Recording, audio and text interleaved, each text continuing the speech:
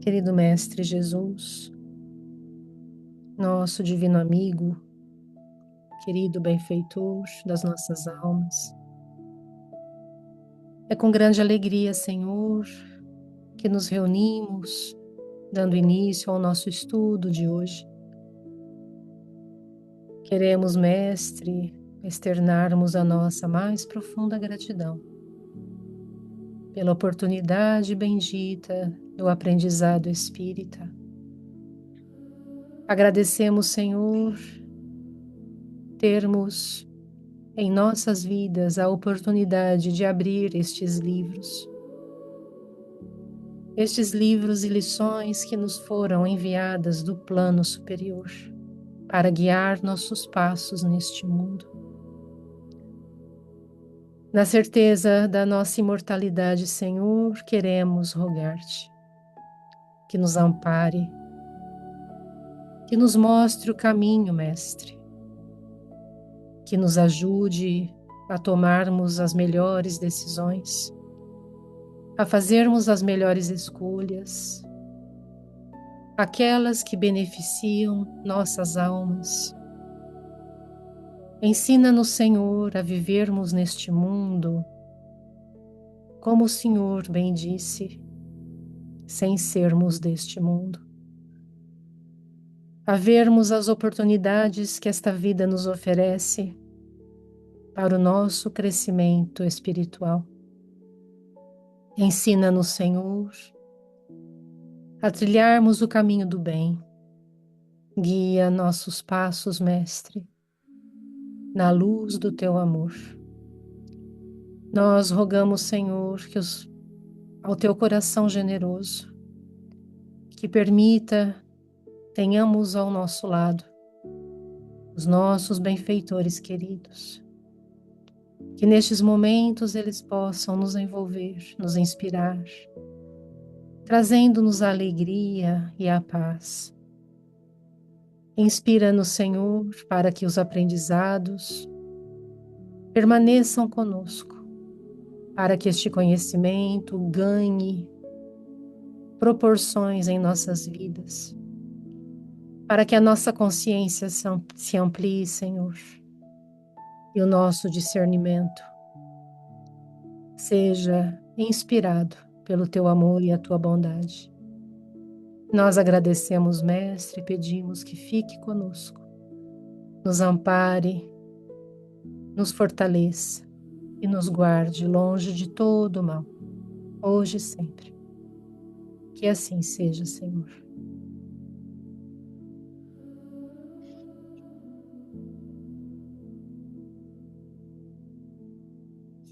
Tá, música.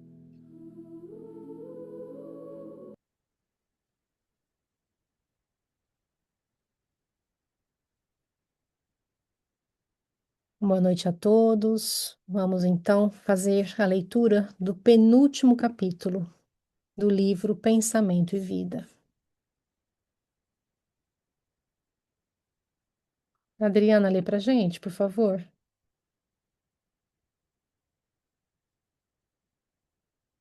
Um segundinho que eu vou aumentar aqui.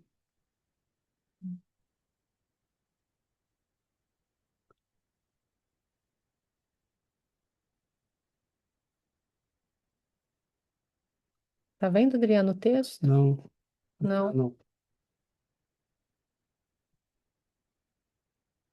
Estou aumentando ele um pouco, que está muito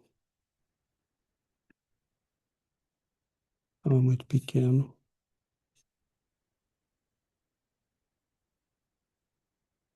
Então vamos lá. Agora sim, vou ler então. Então, o estudo do livro Pensamento e Vida, número 39, o estudo 39 é o capítulo 29, é o capítulo que fala sobre a morte. Sendo a mente o espelho da vida, entenderemos sem dificuldade que na morte lhe prevalecem na face as imagens mais profundamente esculpidas por nosso desejo, à custa da reflexão reiterada de modo intenso. Guardando o pensamento, plasma fluídico, a precisa faculdade de substancializar suas próprias criações, imprimindo-lhes vitalidade e movimento temporários, a maioria das criaturas terrestres, na transição do sepulcro, é naturalmente obcecada pelos quadros da própria imaginação, aprisionada a fenômenos alucinatórios, qual acontece no sono comum, dentro do qual, na maioria das circunstâncias, a individualidade reencarnada, em vez de reiterar-se do aparelho físico, descansa em conexão com ele mesmo, sofrendo os reflexos das sensações primárias a que ainda se ajusta. Todos os círculos da existência, para se adaptarem aos processos da educação, necessitam do hábito, porque todas as conquistas do espírito se efetuam na base de lições recapituladas. As classes são vastos setores de trabalho específico, plasmando, por intermédio de longa repercussão, os objetivos que lhes são peculiares naqueles que as compõem. É assim que o jovem destinado a essa ou aquela carreira é submetido, nos bancos escolares, a determinadas disciplinas, incluindo a experiência anterior dos orientadores que lhe precederam os passos na senda profissional escolhida. O futuro militar aprenderá desde cedo a manejar os instrumentos de guerra, cultuando as instruções dos grandes chefes de estratégia, e o médico, por vindouro, deverá repetir por anos sucessivos os ensinos e experimentos dos especialistas antes do juramento hipocrático.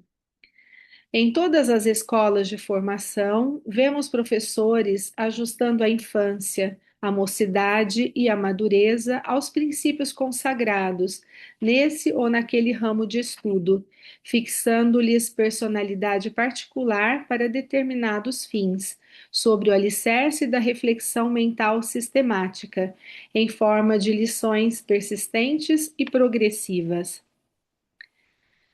Um diploma universitário é, no fundo, o pergaminho confirmativo do tempo de recapitulações indispensáveis ao domínio do aprendiz em certo campo de conhecimento para efeito de serviço nas linhas da coletividade.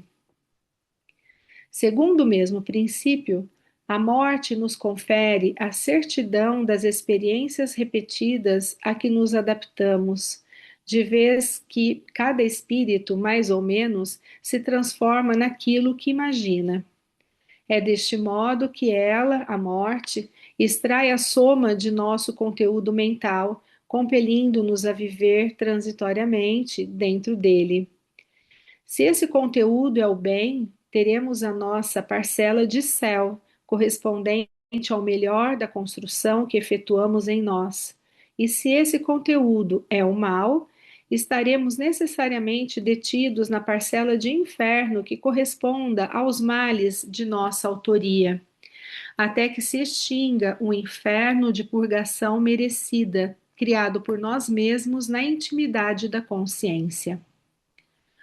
Tudo que foge à lei do amor e do progresso, sem a renovação e a sublimação por bases, gera o enquistamento mental, que nada mais é que a produção de nossos reflexos pessoais acumulados e sem valor na circulação do bem comum, consubstanciando as ideias fixas em que passamos a respirar depois do túmulo, a afeição de loucos autênticos, por nos situarmos distantes da realidade fundamental.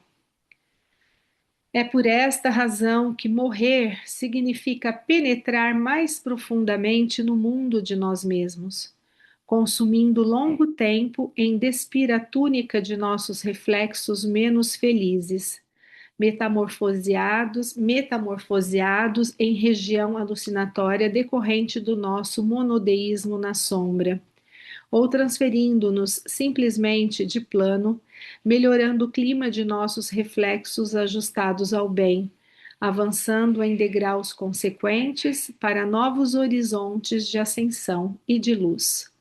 Emmanuel.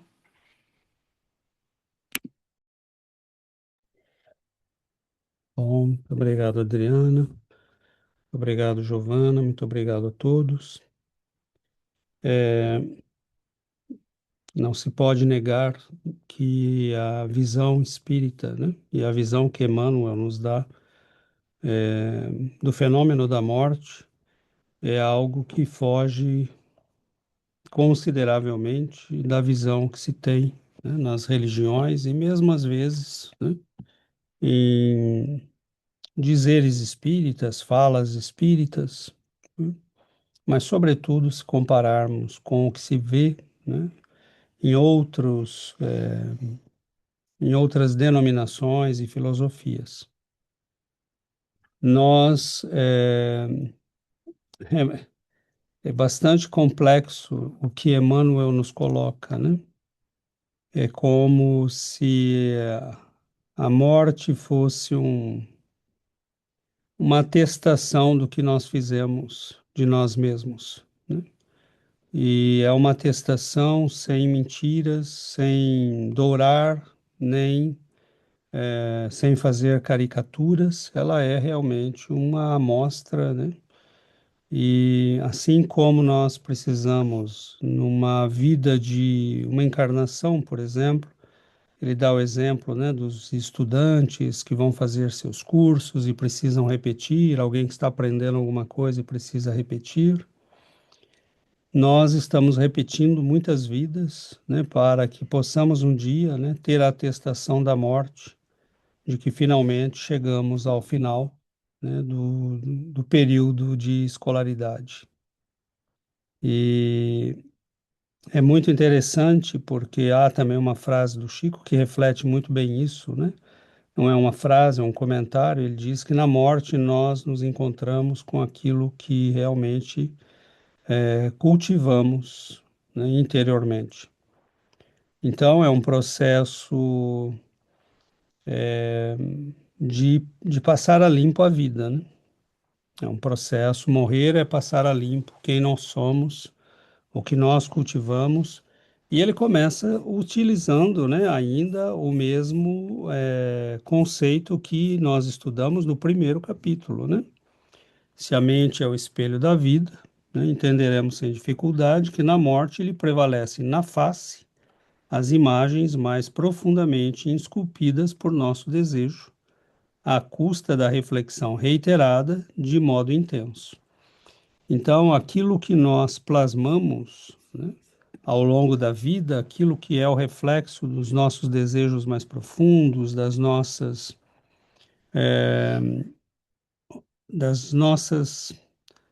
reflexões, sentimentos, emoções, pensamentos repetidos, nós nos encontramos em face disso, né? E é por isso que a morte, para alguns de nós, pode ser um processo bastante tumultuado.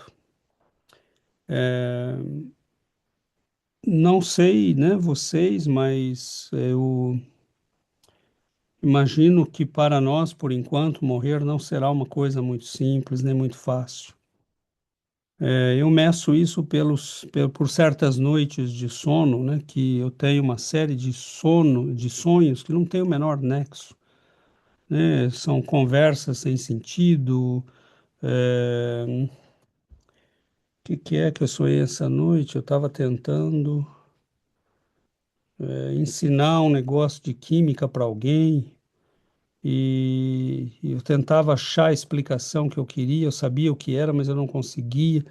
Você acorda de manhã e fala, que sentido que tem tudo isso, né? Então, eu falei, provavelmente, né, se eu tivesse desencarnando, né, eu estaria vivendo esse pesadelo, né? Então, assim, coisas sem sentido, coisas bobas, né? Emoções, desejos, porque nós somos colocados ali diante da nossa realidade íntima, né? Então, nós precisamos ter, né, uma certa humildade diante disso e saber que é preciso criar hábitos que possam facilitar, né, a nossa partida da Terra. Imagino eu que o segredo é criarmos hábitos mentais e emocionais e de atitudes, né, que sejam diferentes para que a gente possa se encontrar numa situação de passar a limpo a vida com mais serenidade, né? Então, nós temos um pensamento desenfreado, nós cultivamos sentimentos e emoções que são perturbadores, e se desencarnássemos hoje, nós estaríamos diante dessa realidade íntima que o mundo não vê, né, mas que a espiritualidade pode ver. E um espírito como Emmanuel, né, ou nossos benfeitores, poderiam nos dizer claramente o que é que nós vamos passar, né, no momento do desencarne. Claro que se nós aproveitarmos o tempo até esse momento, né, não sabendo quando ele chegará, nós vamos tentar aproveitar, né, esse tempo para criar hábitos que facilitem a nossa partida o menos dolorosamente possível, né, que seja menos. Quase sempre é um momento de grande perturbação, né? Perturbação é a palavra que reflete bem isso. Como uma tempestade, né, mental, emocional, e nós, diante disso, né, é importante que nós tenhamos no curso dessa existência, ao menos a partir de agora, né, que estamos tomando consciência, que a gente possa ir desenvolvendo hábitos mentais, emocionais que facilitem, pelo menos, partirmos daqui com tranquilidade. Se não nos desconectarmos um pouco da matéria, se não disciplinarmos um pouco nossas emoções e pensamentos, se não desenvolvermos, né, algumas das virtudes, ou pelo menos que elas estejam em germe em nós, né, nossa morte ainda continuará revelando um quadro bastante triste, né? Nós não temos, né? Eu acho que isso não dizemos para que fiquemos desanimados, mas é preciso encarar a realidade, né? Se nós chegamos até aqui e podemos ler um texto como esse, nós já não podemos mais alegar ignorância, né?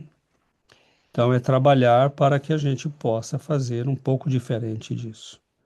Porque as atestações que nós temos recebido, né, o que nós temos visto no espelho da nossa própria mente, né, como espelho da vida, da nossa vida, no momento da morte, nem sempre tem sido algo muito equilibrado, nem muito positivo. Então,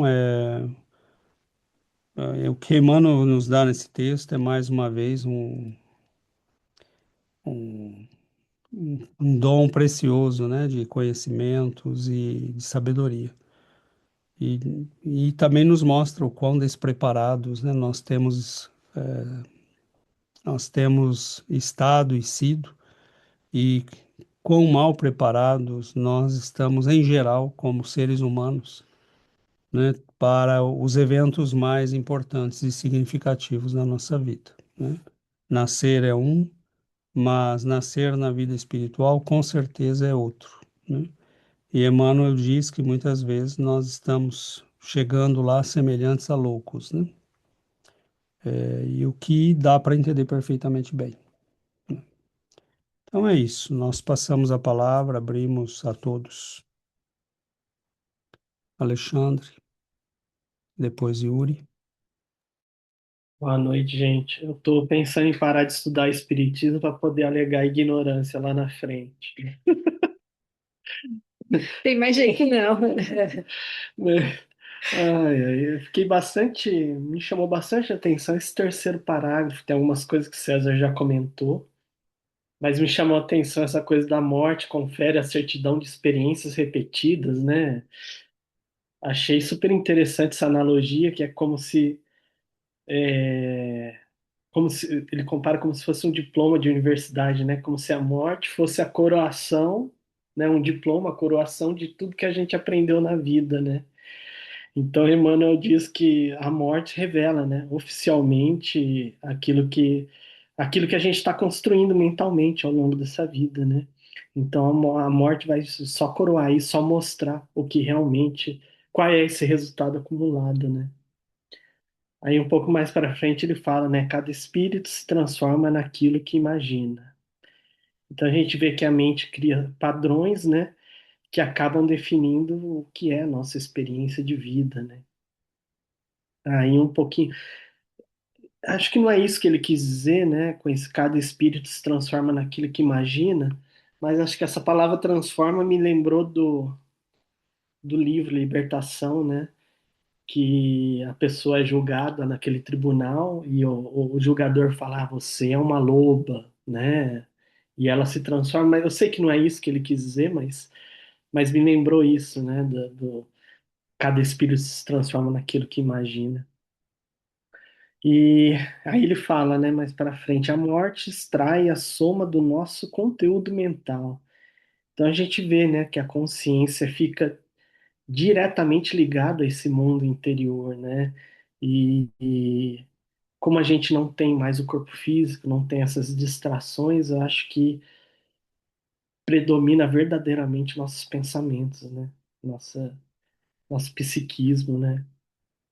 E aí mais para frente ele fala, né, se o conteúdo é bom, né? Se nosso conteúdo de vida, de pensamento é bom, a gente vai, né, metaforicamente para o céu, que a gente vai estar em estado de paz, equilíbrio e harmonia interior, mas se os pensamentos são ruins, né, se o que você cultivou é ruim, você vai viver esse estado de culpa, medo, sofrimento, toda essa perturbação interna, né, comparado a um inferno, metaforicamente, né? Então, esse terceiro parágrafo me chamou bastante atenção. E se a gente prestar atenção, tem cada palavra, né? Ele usa enquistamento, né? Quisto é uma doença que solidifica, faz um caroço na pele, né? Só essa palavra já tem um monte de significado, né? A gente enrijece mesmo, a gente fica, né? A gente solidifica nossos hábitos e pensamentos, né? A gente não pode ignorar nenhuma palavra do texto do Emmanuel, né? É inacreditável. Mas é isso, gente, que eu queria dizer. Obrigado. Obrigado, Alexandre. Yuri, depois Sebastião. Boa noite. Estava pensando na questão do livro dos Espíritos, que fala dos sonos, que você falou um pouco na sua introdução, César, e como essa parte essa questão nos fala, não, que nós ensaiamos a morte todas as noites, não, que todas as noites, quando experimentamos essa emancipação, é a pequena morte, não? Essa preparação para a prova final. Então, eu pensei assim como é importante para nós analisar os sonos, não? Como acordamos, não? Qual é a qualidade de nossos sonos, perdão. Quais são as sensações, se a gente acorda paz, lucidez, com inquietação. Então, aí a gente pode saber, não, esses os lugares que visitou, as companhias e todo. Então, acho que se queremos saber como vai ser nossa morte, esse análise todos os dias, e aí a gente pensa também na preparação, não? Porque se a gente se prepara para ter uma boa noite, faça a prece, as leituras, e isso é o mesmo na vida, porque finalmente é a mesma coisa. E nós estudamos um texto, um momento dado, onde falava que para ter uma boa noite é preciso ter um bom dia. Então, se é a mesma coisa na vida, não é o mesmo, não é? Ninguém acorda, como fala um texto aí, ninguém acorda criminoso para ninguém se deita criminoso para acordar anjo, não? Então, não, pensei nessa parte, não, como é simplesmente uma continuação. E quando ele fala aí que somos tal e qual a verdadeira realidade, isso também me chama muito a atenção, porque aqui na Terra estamos sempre um pouco com máscaras, não? Um pouco máscaras sociais ou também muitas vezes essa humildade ou bondade que a gente aparenta, mas que não tem. Então, como aqui nos enganamos a nós mesmos e enganamos a nossos irmãos também, mas do outro lado, a gente já não pode esconder nada. Nas fraquezas, não pode esconder os erros, não pode esconder nada. E me lembrei do livro da André Luiz, aquela moça que era muito bonita e quando ela dorme e ela se desprende do corpo, que André Luiz descreve como uma bruxa, como uma pessoa muito feia. Então, é cru da realidade. Isso, obrigada. Obrigado, Yuri, Sebastião, depois Giovana. Eu também já tive pensado muito nessa questão do sonho, porque se nós podemos falar que como uma, não diria uma preparação para a morte, mas basicamente nosso espírito sai de nosso corpo e nós estamos lá no mundo espiritual. E eu sempre me perguntei, é muito difícil, primeiramente, ter consciência de estar sonhando, ter controle, no meu caso, eu muito raramente tenho controle, e, e como eu, por exemplo, no estado de vigília, eu teria controle sobre certa coisa, mas no sonho eu já lá não tenho controle. Então, ou seja, meu espírito estando na vigília tem controle, mas já saindo do corpo não tem mais. Então, eu me consolo falando, acho que na morte eu teria mais consciência, eu estaria mais consciente do que está acontecendo, se teria a perturbação não, do princípio, mas acho que num momento eu realizaria que estou morto e me lembraria do que eu aprendi na vida, não? Acho.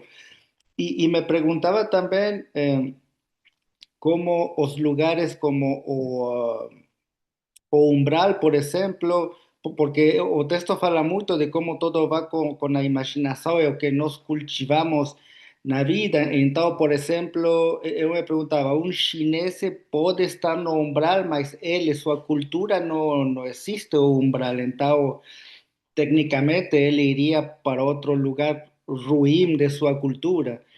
Então me perguntava se o inferno, o umbral estaria só cheio de cristãos que não lograram sua encarnação, não? Porque também vai muito com isso que nós imaginamos e cultivamos todo ao longo da vida. Antes de passar para Giovana, na verdade, não, né, Sebastião? Seria simplesmente umbral é o nome que nós damos, né? É, o nome não muda a realidade. Então, é, o umbral é o reflexo, né, dessa condição de sofrimento moral e espiritual que tem o espírito quando não está numa condição evolutiva de autocontrole, né? Ou quando está lidando com as consequências daquilo que ele criou para si mesmo. Então, pouco importa a cultura, né? O espírito vai se encontrar no lugar que é próprio para ele. Nós, no espiritismo, chamamos, né, assim, mas a igreja chama purgatório, né? Embora o conceito seja levemente diferente, né? Mas é um lugar de sofrimento, mas no conceito da igreja não é o inferno ainda, né? Também não é o céu, é um lugar de passagem, né?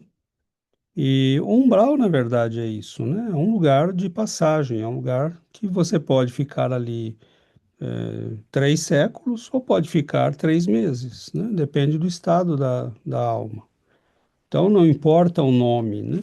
Não, importa o estado de alma. Na China, pouco importa como eles chamam, ou no Japão, ou né, na Arábia Saudita, a verdade é que os espíritos vão se reagrupar por afinidade, pelas necessidades de evolução, pelas consequências do que fizeram, né?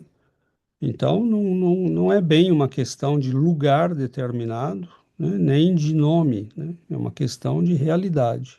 Não sei se ficou claro, mas acho que Mas não joga o que nós cultivamos na nossa mente toda a nossa vida, por exemplo, não sei o que é para os chineses, mas não, eu sei que por vibração vai no lugar que depende dessa vibração, mas sabe, como aqui temos diferentes países, assim, quizás eles têm como um local mais aqueles que sua cultura imaginou, assim, e eles se encontram, eles nesse lugar imaginado por sua Ah, cultura. Essa era mais minha pergunta, se entendo, depende entendo, disso que nós cultivamos. entendo. Agora ficou mais claro para mim. É, sim, nós podemos ter, né, uma interferência muito grande daquilo que a pessoa imagina. E isso pode dificultar muito a condição pós-mortem, né? Por exemplo, se nós pegarmos o caso daquele senhor católico, né, que era um homem bom, estava no hospital sozinho, né, tinha perdido a esposa, contato com a família. Nós estudamos no livro de André Luiz, né, quando estudamos aqueles 7 desencarnes, acho que no mundo maior era o livro, Obreiros da Vida Eterna. Nesse caso, né, nós vemos um homem que estava atormentado com a ideia de ir para o inferno, né, estava morrendo de medo de ir para o inferno, quando na verdade os benfeitores estavam ali para recolhê-lo, porque ele estava pronto para ir para um lugar bom, né? Então, é claro que aquilo que nós pensamos uma vida toda pode influenciar, né, o nosso desencarne, mas é, o mais importante é a realidade, né? Por exemplo, você pode ter imaginado a vida toda que não existe nada depois da morte, e isso não vai eliminar, né, que existe.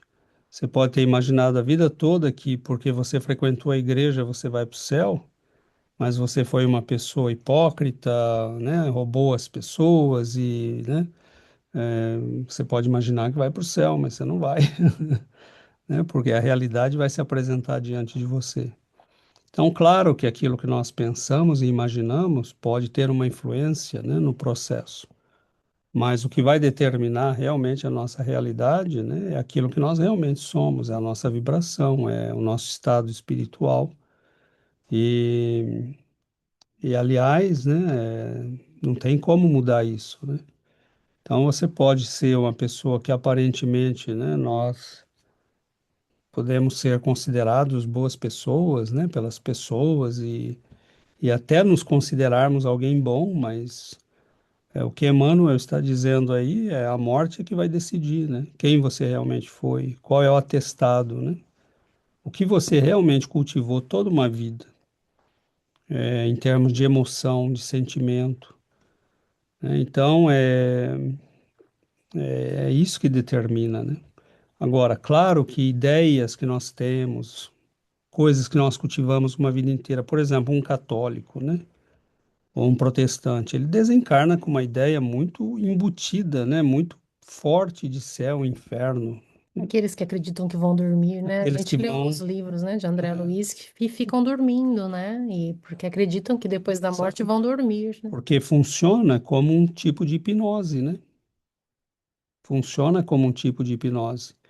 Por exemplo, as pessoas que são muito apegadas a dinheiro, muito apegadas a sexo, muito apegadas à guerra, né? Você acaba criando uma hipnose, né? O sujeito está jogando lama para cima, imaginando que é ouro, porque ele se auto-hipnotizou, né? Então, é claro que isso pode ter uma influência muito grande no processo, da morte, né? Mas, concretamente, por exemplo, esse senhor, né?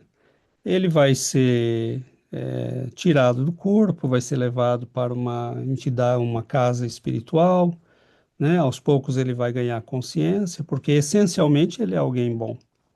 Ele vai ver os espíritos bondosos, vai chamá-los de anjos, né? Então, é como as pessoas que vão, né, que têm morte e depois ressuscitam. Cada um, segundo a sua religião, vem falando uma coisa que está, né? Porque cada um vê aquilo, na verdade, que tem na própria cabeça, né? Não quer dizer que não existe a realidade que ele viu, quer dizer que ele a interpretou como ele quis. Você pode ter visto um espírito de luz e você o chama de anjo, né? Mas se for um espírita que sofre essa experiência, ele vai dizer, mas eu acho que eu encontrei meu benfeitor ou um benfeitor, Tem gente que né? fala que viu Jesus Tem mesmo, gente que né? fala que viu Jesus, né? Ele teve a experiência e viu Então, Jesus. é a interpretação, né, ela vai influenciar certamente, mas o que determina realmente a nossa condição é o que nós fizemos, né? É quem nós somos. Quem que Depois era a você e Karen. depois a Karen. É, esse é um assunto, né? Falar sobre a morte não é fácil, né? É um assunto que assusta um pouco, porque nós temos um apego muito grande à nossa vida, né? Nós temos um apego grande às pessoas. Inclusive, falando com uma amiga, com a minha amiga que faleceu não faz muito tempo, ela disse que ela falou, a morte talvez não me assuste tanto quanto o medo da separação, né? O apego, A o dor. exercício, né, do desapego das pessoas às quais nós estamos apegados, né? A separação das pessoas, a separação daqueles que amamos é muito difícil. Então, por essa razão, a morte seja um assunto assim tão difícil de ser, né, de ser falado com as pessoas que amamos e porque devido a esse medo do sofrimento e o medo da separação. Mas é um assunto, né? A morte é inevitável, todos nós. Não tem como fugir da morte, né? É algo que nós teremos que enfrentar, né? Nós morreremos, nós passaremos, sairemos deste mundo, aqueles que amamos sairão deste mundo. Então, é algo inevitável. Então, por isso que estudar, né, o que acontece após a morte, nem sempre as pessoas estão dispostas a saber, né? Por isso, às vezes, as pessoas se negam a buscar o entendimento a respeito desse processo. Mas no Espiritismo, nós não temos como fugir disso, porque quando a gente estuda o mundo espiritual, quando a gente estuda os livros de André Luiz, todo a literatura espírita fala disso porque é a nossa verdadeira vida, a nossa vida verdadeira é no mundo espiritual, né? E esse texto sobre a morte, finalizando o livro Pensamento e Vida, é porque este é algo inevitável. Agora, Emmanuel não foi somente neste texto do Pensamento e Vida que ele tratou desse assunto, ele fez na introdução do livro No Mundo Maior, ele falou sobre a morte, né? Ele diz, o texto chama-se na jornada evolutiva. Então, ele vai dizer, né, que no mundo inteiro, de todas as partes do mundo, as pessoas estão desencarnando, né? Como o Sebastião acabou de dizer, os japoneses, os chineses, né? Brasileiros, canadenses, não importa onde as pessoas estão saindo do mundo, e estão chegando do outro lado, cada um com as suas experiências vividas neste mundo. As experiências não são idênticas, as culturas não são idênticas, né? E aqui ele vai explicar que, chegando do outro lado, nós estaremos, né? O César disse, tudo se revela, né? Então, a nossa morte, na nossa morte, nós encontraremos aquilo que realmente somos, aquilo que nós cultivamos mentalmente. E nesse texto do No Mundo Maior, que Emmanuel fala da morte, ele diz que a morte a ninguém propiciará passaporte gratuito para a aventura celeste. Então, você pode acreditar que após a morte você vai para o céu, ou vai dormir, ou vai ser feliz, vai estar livre do sofrimento. Quantas pessoas não buscam o suicídio por acharem que depois da morte o sofrimento acaba, né? Mas a gente no Espiritismo entende que não é bem assim, né? O sofrimento continua, né? E às vezes piora, porque a morte revela aquilo que nós somos, a morte revela os nossos hábitos, aquilo que cultivamos durante a vida. Então, quando a gente lê uma frase como essa, né? Não é um passaporte gratuito para a aventura celeste, né? Nunca promoverá compulsoriamente homens a anjos. E cada criatura transporá essa aduana da eternidade com a exclusiva bagagem do que houver semeado, e aprenderá que a ordem e a hierarquia, a paz do trabalho edificante, são característicos imutáveis da lei em toda parte. Então, existe uma lei, né? Não existe uma mudança repentina de caráter, não existe uma mudança repentina de hábitos, de crenças. Isso não acontece, né? Nós seremos do outro lado aquilo que somos aqui, né? Nós encontraremos do outro lado a bagagem que nós cultivamos aqui. Por isso que o Emmanuel disse, né, quando foi perguntado por que tantos livros falando, né, sobre a morte, sobre a vida, sobre o que fazer, sobre o evangelho. Por quê? Porque a maioria de nós estamos chegando no mundo espiritual dementes, completamente perdidos, em sofrimento. Porque quem não vive uma boa vida aqui, como a Yuri disse, né? Quando a gente não dorme bem é porque não teve um bom dia. A gente vai morrer e vai sofrer porque não teve uma boa vida. Então, ele diz aqui no nosso texto, né? Tudo que foge à lei do amor e do progresso, sem a renovação e a sublimação por bases, gera um enquistamento mental, que nada mais é que a produção de nossos reflexos pessoais acumulados e sem valor na circulação do bem comum. Então, chega no túmulo a feição de loucos autênticos por nos situarmos distantes da realidade fundamental. Então, ele respondeu isso. Por que tantos livros? Porque nós estamos chegando na vida espiritual como dementes, perdidos, loucos, porque nós na vida não cultivamos o que devemos cultivar, né? É, André Luiz diz, né, que a missão do André Luiz nesse livro, nós já estudamos esse livro, mas são livros a serem relidos e reestudados sempre, porque nós somos herdeiros da imortalidade, né? Nós somos herdeiros de Deus. Mas essas riquezas, nós não poderemos entrar na posse dessas riquezas sem a indispensável aquisição da sabedoria e do amor. Então, nós não vai vir, né? Não vai cair do céu, como muitas vezes a gente pensa, né? Que as coisas vão vir e que após a morte vai vir o descanso das lutas, né? E é ler do engano tudo isso, né? Porque isso é conquista. Então, e essas conquistas da imortalidade, da leveza espiritual, da felicidade verdadeira, da vida verdadeira, tudo isso vem na busca da sabedoria, quando a gente busca a sabedoria e o amor, né? A transformação e a renovação de nós mesmos. Então, falar sobre a morte, né? A gente deveria estar o tempo todo refletindo, porque essa vai ser a nossa realidade. A gente vai sair desse mundo, mas de que forma vamos sair deste mundo, né? Nós estamos preparando esse futuro para nós, com o que nós estamos vivendo hoje. Então, se a gente não se preocupar com isso, né? Se a gente viver a vida, viver neste mundo, com as coisas do mundo e se preocupando somente com isso, a morte vai ser um sofrimento muito grande. Porque o apego a esse mundo vai trazer esse sofrimento e os hábitos adquiridos vão nos fazer falta. Então, aquele que é, como César disse, aquele que só pensa em sexo, aquele que só pensa em comida, que só pensa em dinheiro, ele vai querer isso do outro lado e não vai ter, né? Então, é sofrimento. Então, estejamos sempre atentos, porque é a passagem da aduana, né? Quando nós iremos daqui para esse outro lado? Nós não sabemos quando é o nosso dia. Pode ser amanhã. Nós estamos prontos para isso? Então, é uma pergunta que devemos sempre nos fazer, né? Bom, obrigado, Giovana, Karen.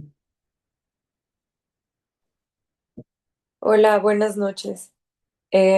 Debo confesar que este tema me genera como sentimientos encontrados, porque yo recuerdo que mi relación con el tema de la muerte, pues nunca era tan grave, porque creo que dentro de mí sabía que ahí no terminaba todo.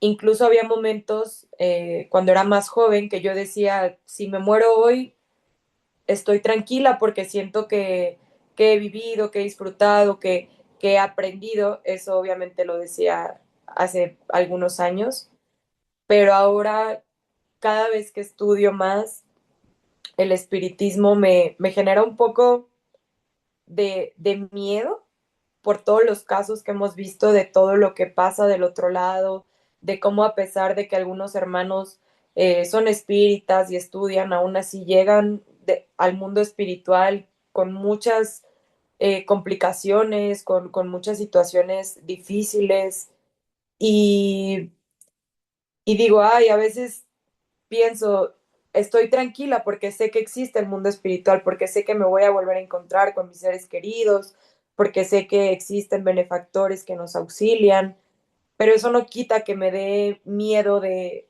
qué es lo que me va a deparar a mí, porque yo me considero una buena persona, sin embargo, como estudiamos ahorita, pues uno llega del otro lado, eh, el libro totalmente, como libro totalmente abierto y hasta con letras pequeñas, leyéndolas entre líneas, o sea, todo, todo, todo. Entonces, sí me genera como un poco de preocupación y temor. Eh, sí por mí, pero también, por ejemplo, por mis seres queridos que ni siquiera están conscientes de esto, ¿no? Que ni siquiera están preparados a lo mejor para entenderlo. Por ejemplo, yo oro mucho para que pues Dios me permita estar un tiempo aquí lo suficiente, ¿no? Digo, al final va a ser hasta que Él decida, pero yo siento que muchos de mis familiares o mi pareja no estarían preparados para afrontar algo así, no sé si me explico. Por el apego, yo soy muy apegada a mis papás, yo soy muy apegada ahorita, pues con mi pareja apenas vamos a iniciar un matrimonio, una familia, o sea, como muchos planes y si en algún momento a mí me pasara algo, siento que sería muy fuerte para ellos, me explico. Digo, y también para mí, por consecuente, porque estaría yo también del otro lado, intranquila de que ellos estén mal. Entonces, no sé si me di a entender, pero bueno, eh, quería compartir eso, que entre más estudio me da una calma, pero a la vez me da un poco de miedo también y conflicto interno. Y bueno, el tema de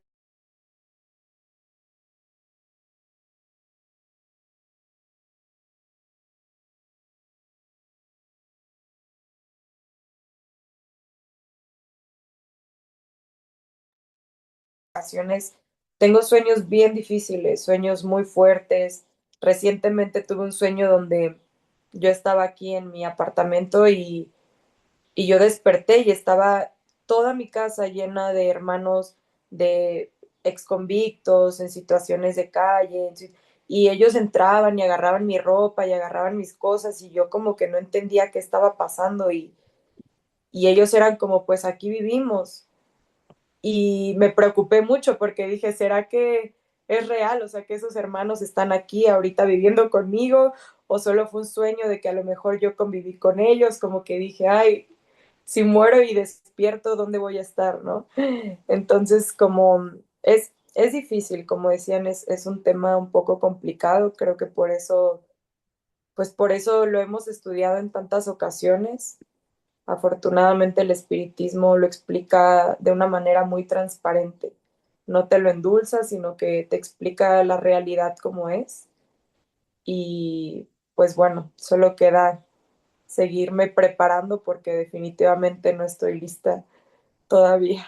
Y por último, tenía una duda, me surgió una duda.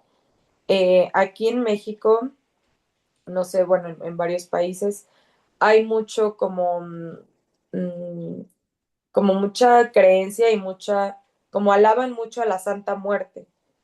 Entonces, no sé el espiritismo, pues, qué opina sobre la Santa Muerte, porque sé que muchas personas son devotas y lo ven, pues, no con una mala intención, pero me entró la duda.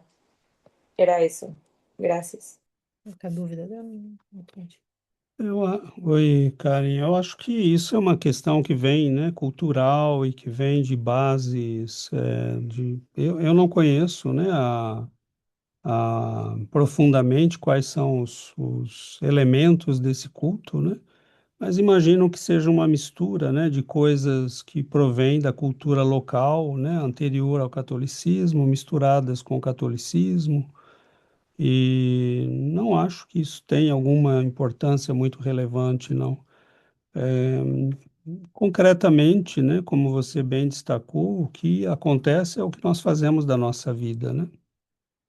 Claro que a forma, né, voltando um pouco ao que o Sebastião colocou, né, e que também serve com essa questão que você levantou, o que um budista imagina, né? Claro que isso pode ter um facilitador ou pode criar dificuldades para o momento do desencarne dele. Por exemplo, ele pode estar esperando ser absorvido num todo, né? E nada acontecer, e ele pode ficar passando um tempo lá se perguntando por que que eu não fui absorvido no todo, né? Um panteísta, né? Mas a realidade vai se apresentar porque você pode, né, ver as coisas como quer, mas a realidade vai se apresentar a você, né, seja o que for. Eu não conheço muito, né, os elementos do culto da Santa Morte, mas acho que é uma celebração que vem das tradições, né, indígenas e católicas misturadas. Como no Brasil, por exemplo, né, nós temos a Umbanda, a Quimbanda e tudo isso muito misturado, né, com o catolicismo.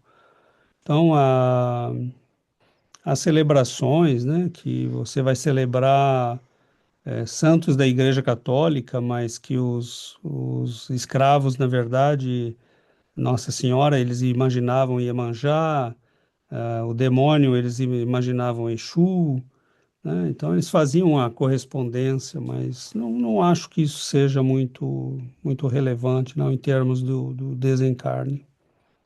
Agora, nenhum de nós está, né, preparado e nenhum, talvez seja exagero dizer, pode ser que tenha, né, alguns que estão, mas nossa condição ainda é uma condição de dificuldade, né? E mas eu acho que é justamente isso que nós estamos procurando aqui, né? Entender isso e ir melhorando. É muito duro às vezes quando você vai a um médico, né? E ele te apresenta um diagnóstico que às vezes é duro, né? Você, olha, está com colesterol alto, você está com triglicérides alto, você precisa fazer tal coisa, você está a risco de tal coisa, ou você está com tal doença, né? E, mas o diagnóstico, ele é uma parte essencial, né, do processo de tratamento.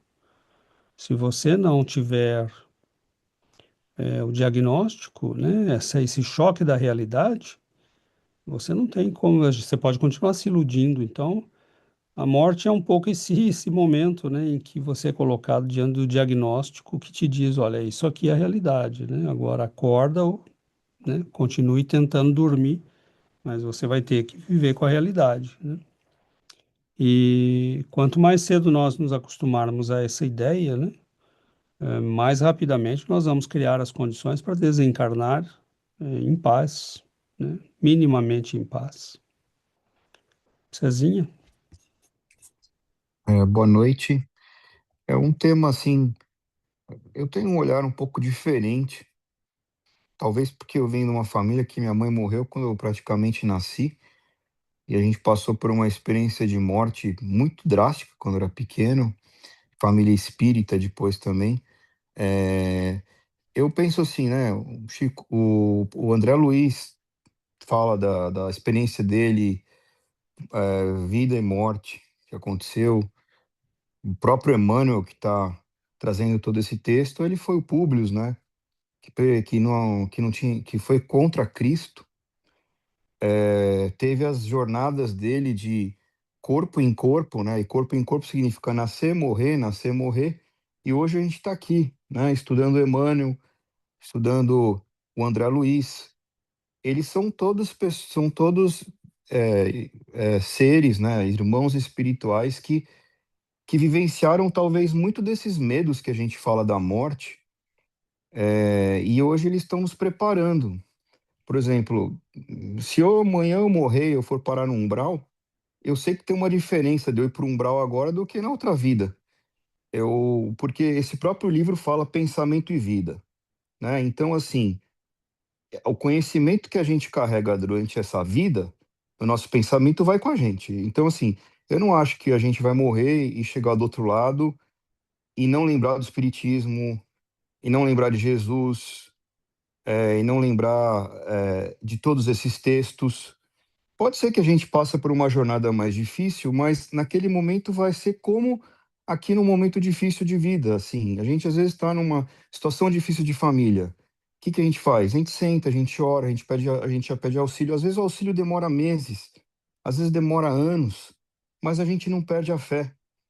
Então, eu vejo que essa é uma oportunidade boa para todos nós morrermos, assim, porque a gente está levando um conhecimento que hoje a gente sabe que a gente tem, né? Então, independente qual que vai ser a passagem, como que vai estar nosso pensamento, provavelmente ele não vai estar nos níveis de mais elevação que a gente almeja, não nessa vida ainda, porque a gente talvez temos ainda sérias passagens de corpo em corpo, mas ele já tem alguma coisa que talvez falta ser diferente.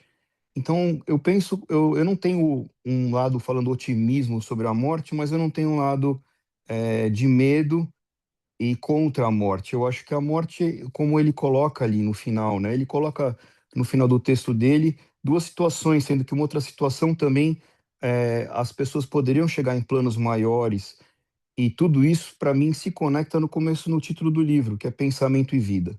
Então, acho que hoje, se amanhã a gente puder acordar e pensar bem, e mudar os pensamentos, e saber quando a gente está pensando errado, que a gente tem que agir diferente e ter paciência e continuamente, eu acho que essa é a nossa forma de ir aprendendo essa jornada para, na hora da nossa passagem, a gente ver se tem um pouquinho mais de, não de sorte, eu não colocaria isso como uma sorte, porque eu não acho que a busca de Deus é uma busca de sorte ou azar, ela tem que ser uma busca sincera de coração, né? Aqui, quando eu falo com o pessoal aqui em casa, eu falo pro meu filho, eu falo assim, eu te amo, eu não te amo porque eu quero nada de você. E você não me ama porque você quer nada de mim. É um amor. Eu acho que esse amor que a gente tem que saber desenvolver por Deus, né? Não é porque se a gente vai morrer, vai estar tudo certo, se vai morrer, vai ficar ruim.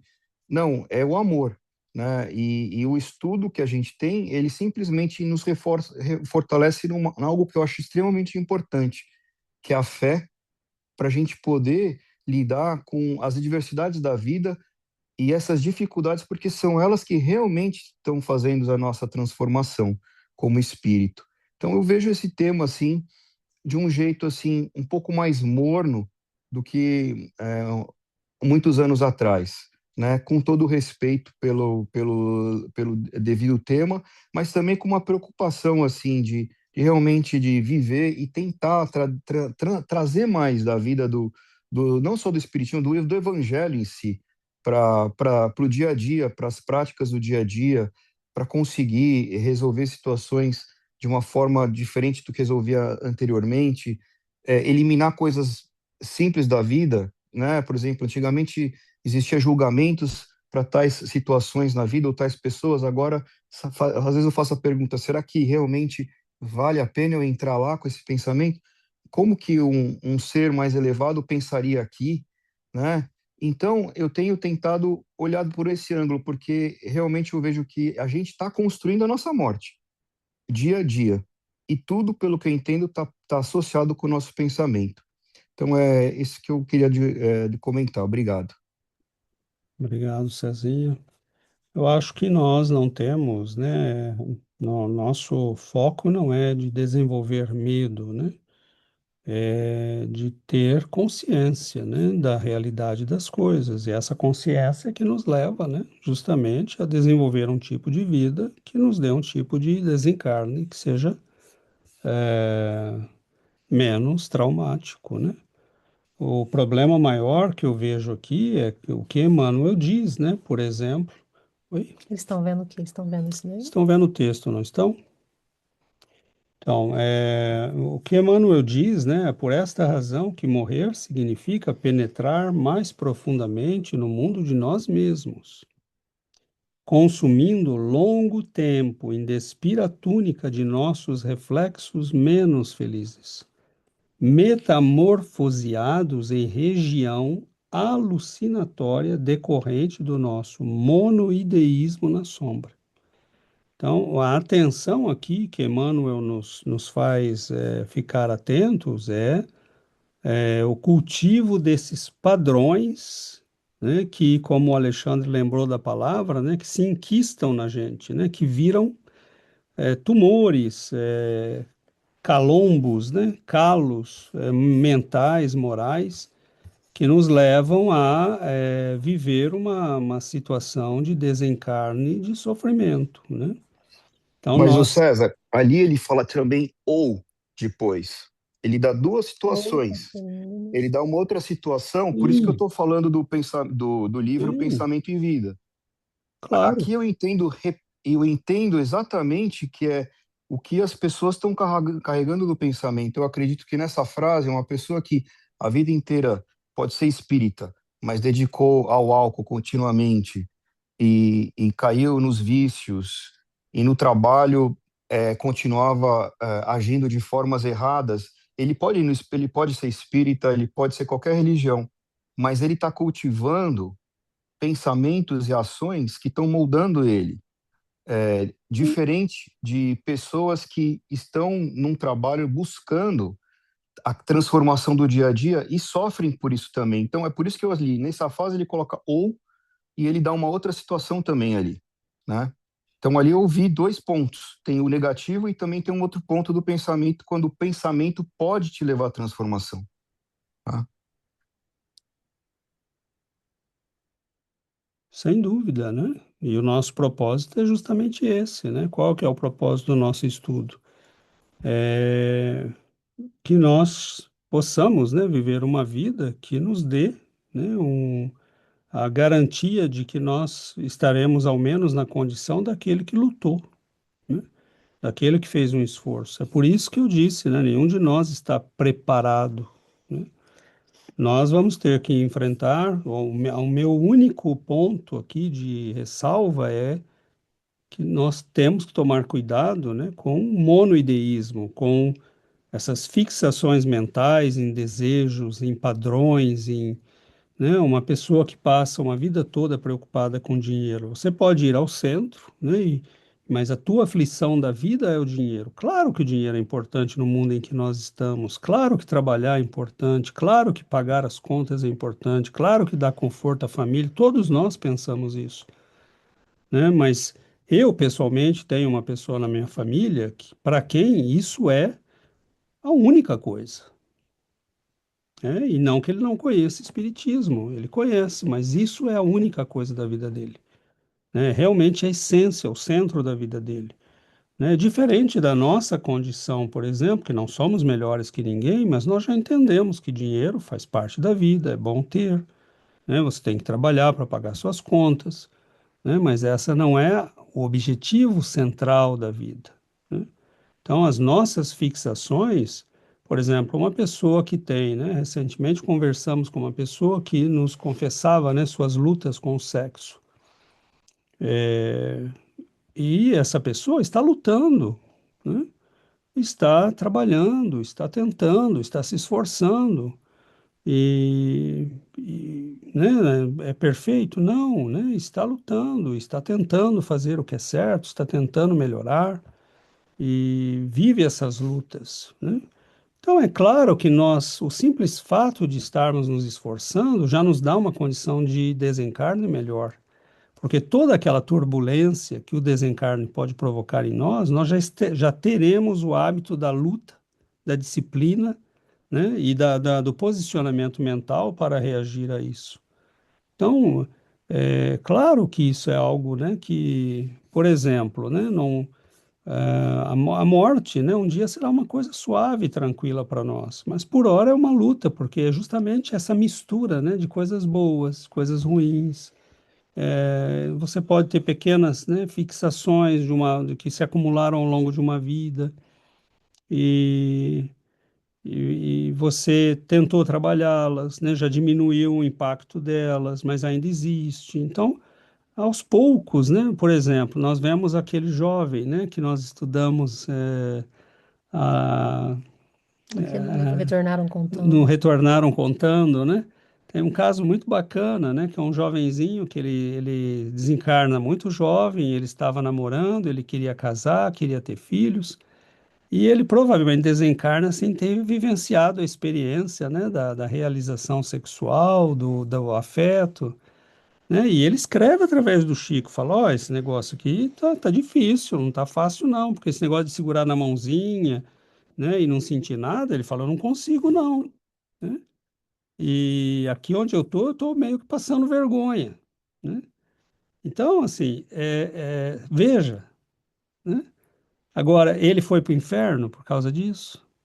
Não, né? Ele está sendo honesto, ele está sendo verdadeiro, né? Olha, ainda não dou conta de segurar a barra com desejo sexual, mas, né, me ajudem aí, o que que eu posso fazer, né? Então, acho que Emmanuel está falando dessas loucuras, né, que existem dentro da alma humana, dessas fixações muito poderosas, né? E coisas, às vezes, né, muito, muito perturbadoras, né? Então, é só a gente saber, né, lidar com as coisas, inclusive não ter, né, não levar isso para um nível traumático, né, de, ó, eu sou um miserável, vou para o inferno, nada disso, né? Isso também não ajuda. Eu sou alguém que estou tentando melhorar, sou alguém que estou tentando fazer o melhor, sou alguém que estou tentando, né, viver uma vida decente, controlar a mim mesmo, evoluir. O que nós fazemos é reforma íntima, né? E rapidamente, né, a Giovana pediu a palavra, mas vai você, depois eu vou mostrar um negócio aqui rapidinho. É só para a gente não perder de vista, né, que nós estamos subindo uma escada, né, e a nossa vida é um percurso que precisa ser vivido, né, é um percurso de aprendizado, como ele compara no texto, né, aquele que vai se formar médico, quantas vezes ele precisa repetir uma experiência até que ele aprenda? Imaginemos um cirurgião, até que ele faça uma cirurgia, quanto ele precisa ter de experiência para adquirir, né, a solidez de um cirurgião, né? Um professor, eu vejo como na minha profissão, quantas vezes eu precisei dar o mesmo curso até que aquilo ficasse, que eu dominasse um certo assunto, né? Para poder transmiti-lo com naturalidade e com compreensão. Então, a vida é esse processo, porque nós temos um objetivo. O objetivo nosso é a perfeição, mas chegar a essa perfeição exige um trabalho a ser feito, uma prática em determinadas áreas da nossa existência, né? Por exemplo, quando a gente fala de sofrimento depois da morte, como é que morre? O que vai sentir uma pessoa que lá do outro lado, que aqui sente um ódio por alguém, por exemplo? Vai chegar do outro lado e vai continuar sentindo esse mesmo ódio. O ódio não vai desaparecer, né? O que sente uma pessoa que parte deste mundo querendo se vingar de alguém, ou com uma vida difícil, uma relação complicada com um pai, com uma mãe, ou com um filho. Então, o que Emmanuel está querendo dizer é que a gente leva daqui, né, os nossos sentimentos, porque isso não vai desaparecer com a morte, né? Tudo que a gente, o que a gente está, que a gente vai, quando a gente vai partir desse mundo, vai conosco. Por isso a necessidade dessa limpeza, né? Da mudança de pensamento, do cultivo, né? Das virtudes, porque tudo isso nós levamos conosco. Agora, nós não levaremos conosco uma mala cheia de dinheiro. O dinheiro vai ficar. Então, aquele que passa a vida tentando acumular dinheiro, isso vai ficar, mas isso vai levar um tormento para a vida espiritual. Porque o dinheiro que ficou, as brigas de família que ficaram às vezes, né? Tudo isso vai ser um tormento na vida espiritual. Então, é esse alerta, né? Porque a- a- compreendendo que a nossa existência é o avanço nessa escada de crescimento, né, de aprendizado. Tanto que o que foi que Allan Kardec colocou no túmulo dele, né? Nascer, morrer, renascer mais uma vez e progredir né, Sempre, sempre, sem cessar. progredir sempre, sem cessar. Tal é a lei, né? Essa é a lei, né? A lei da reencarnação. Agora, Para que servem as reencarnações? Para que a gente viva certas experiências, muitas vezes, como na escola. Nós precisamos passar por certas experiências muitas vezes, até que a gente aprenda com a experiência. Agora, quanto mais rápido for esse aprendizado, mais fácil vai ser, porque depois que o aprendizado ele é concretizado, nós não precisaremos mais daquela experiência para obtê-lo, né? Porque ele foi concretizado. Então, o Espiritismo nos alerta nesse sentido. Quanto mais a gente se esforça para adquirir um aprendizado, para adquirir uma virtude, a bondade, né, a humildade, a paciência, se nós nos esforçamos para fazer essas aquisições aqui, a nossa vida espiritual vai ser mais fácil. Agora, se nós cultivarmos o ódio, o ressentimento, né, o desejo de vingança, tudo isso será levado conosco, e isso tudo traz sofrimento.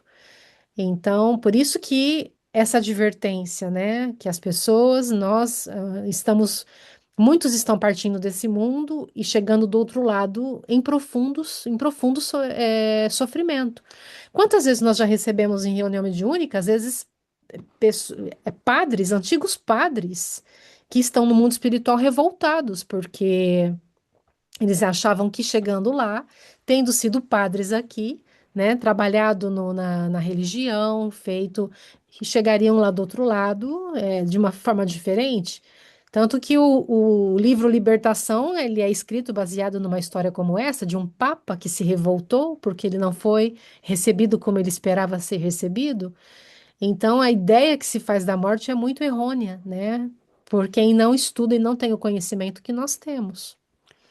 Na verdade, o que Emmanuel, né, ele está nos colocando, quer dizer, como eu imagino, né, que é um dos objetivos do texto dele, é que a gente entenda, né, que essa prática constante, né, ninguém vai adquirir virtudes do dia para a noite, e o trabalho na aquisição dessas virtudes tem um impacto fundamental, né, na nossa condição de vida, que seja aqui, que seja desencarnando, que seja do outro lado, né?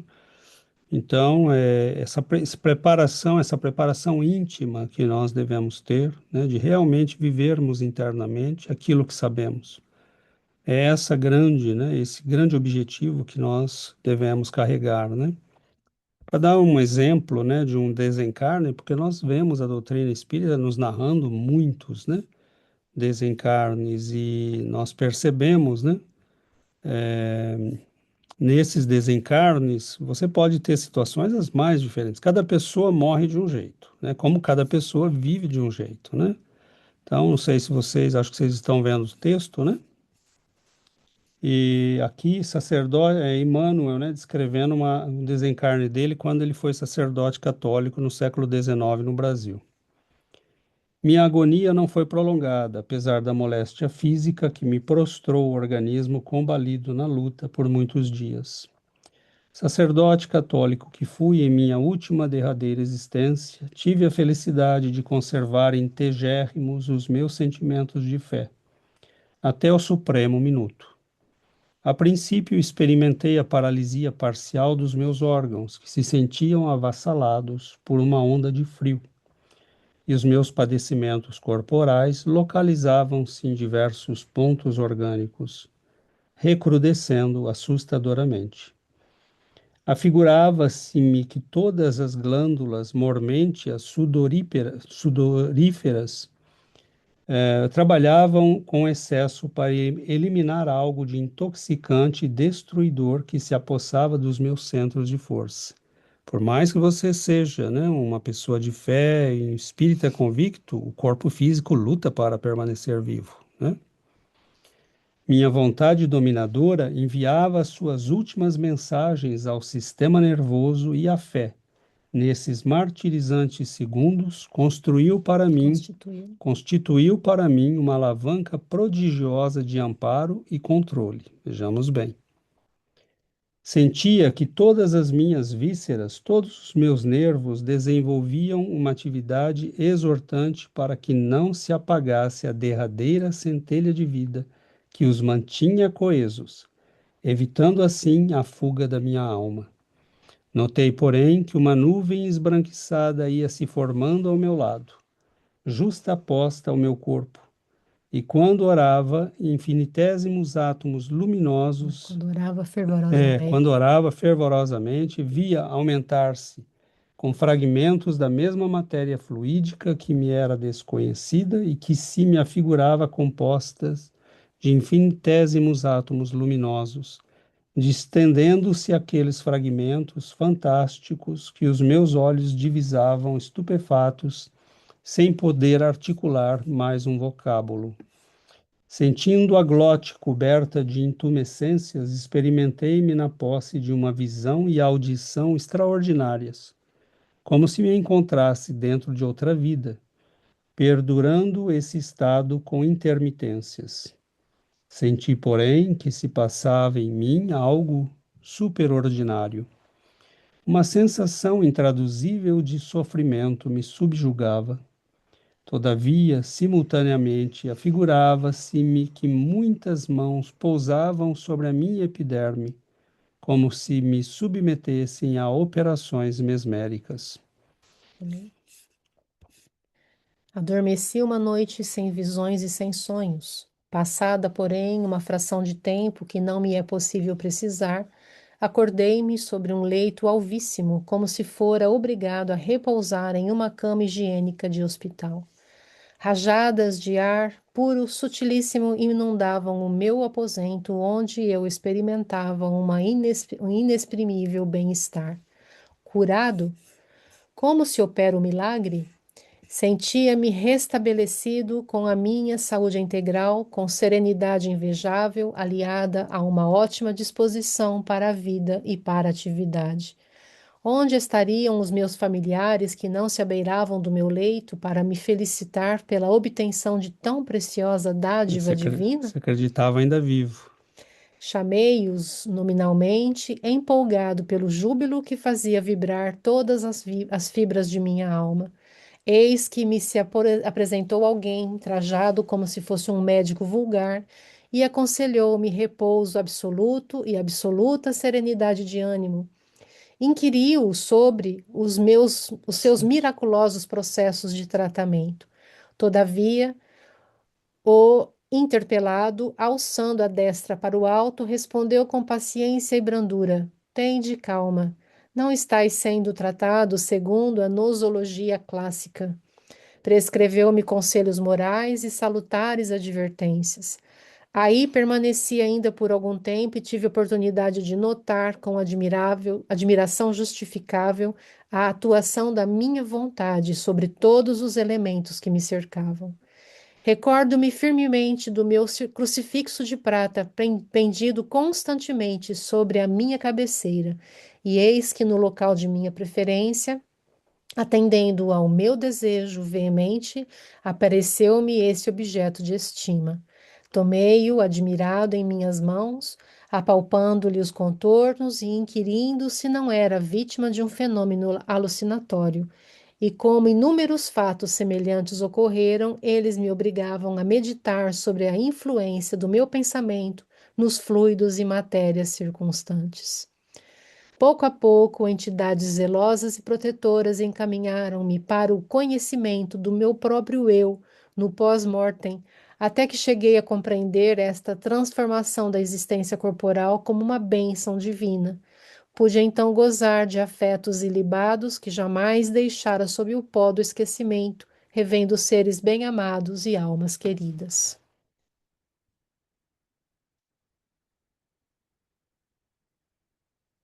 Então, isso nos dá, né?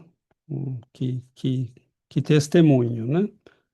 Então, não tinha fé espírita, mas era um homem de fé, né? De profunda fé cristã, e desencarna, né? Numa condição até, né, privilegiada, boa, né? Porque foi um homem que viveu honestamente a fé, mas com as turbulências normais de um desencarne de alguém que não sabe o que está acontecendo, né? De que não entende o que está acontecendo, né? Então você tem um terrível sofrimento corporal, porque o corpo está tentando manter-se vivo, nós estamos presos ao corpo tentando manter a vida. E ao mesmo tempo você começa a divisar uma vida diferente, né? De repente sente um bem-estar, né? que ele não entende. Bom, algum médico milagroso me tirou todo esse mal-estar, né? E ele leva um tempo, né, até tomar consciência de que já não está mais no corpo físico. Interessante como ele nota, né, o efeito do pensamento e da vontade no que está acontecendo. É esse mesmo pensamento e essa mesma vontade que leva o sujeito a jogar a lama para o céu, pensando para o alto, pensando que é ouro, né? É esse mesmo pensamento e vontade que vai levar-nos, né, para os lugares onde nós estamos emocionalmente, né, e espiritualmente. Então, é perfeita, né, uma descrição perfeita, entre muitas que nós temos, né? Tem o livro Voltei também, que Livro fala, né? Voltei, e tem muitos relatos, né? O Espiritismo nos dá um contorno da realidade que é fantástico, né? É muito bonito ver. E um dia, né, nós vamos aprender a partir em paz, né? Tendo vivido uma Como, vida. como Herbert Schutel, né? Que morreu no mesmo, enquanto estava o velório dele de um lado, do outro ele já estava fazendo uma reunião mediúnica, né? Já estava se Dando comunicando. comunicação. Mas por quê? Né? É alguém que primeiro viveu uma vida que era o reflexo realmente, né, daquilo que acreditava, sabia o que estava acontecendo, não tinha medo, né, estava preparado, conhecia o processo e tinha, né, a evolução de alguém que tinha conquistado essa evolução, né? Então, é claro que nós podemos desencarnar numa condição muito melhor, né, do que já desencarnamos no passado. Porque nós estamos aprendendo, lutando, né, trabalhando, e nossos benfeitores vão estar lá para nos ajudar. E nós, com uma prece, né, sabemos que podemos resolver uma boa parte dos problemas, né?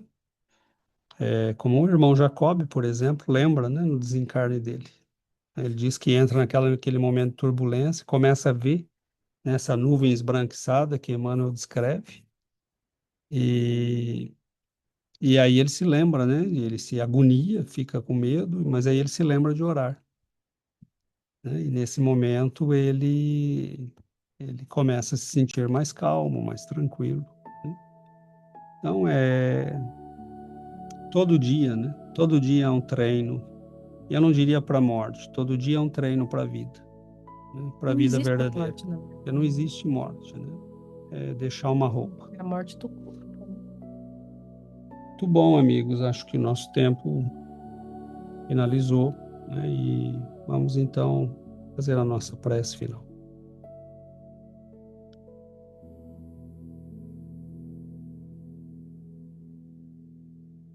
Querido Mestre Jesus,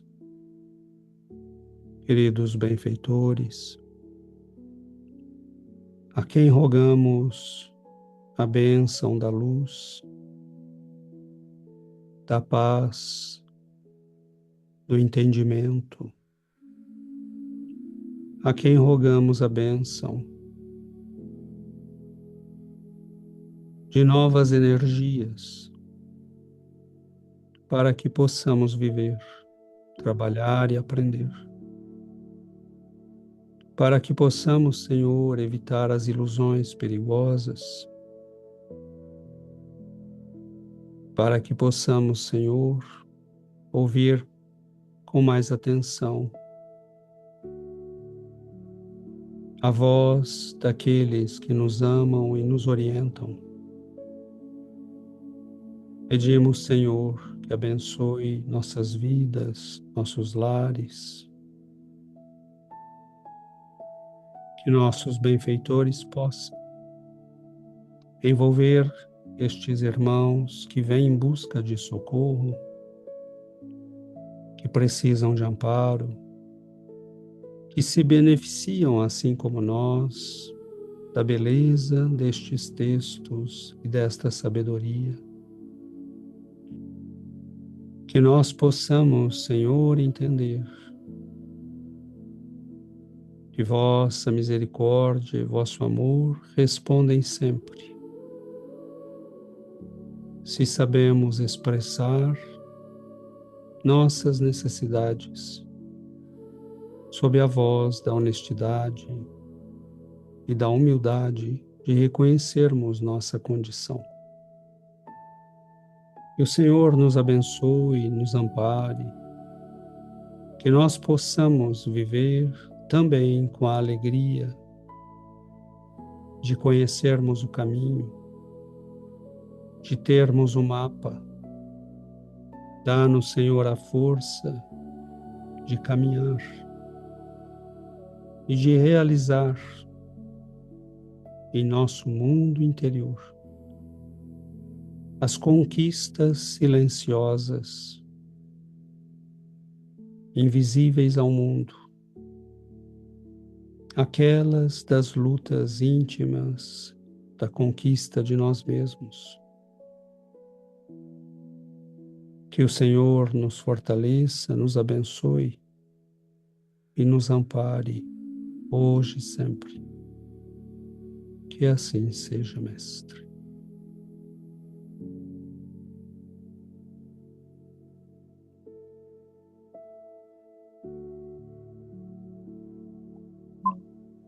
Muchas gracias. Buenas noches.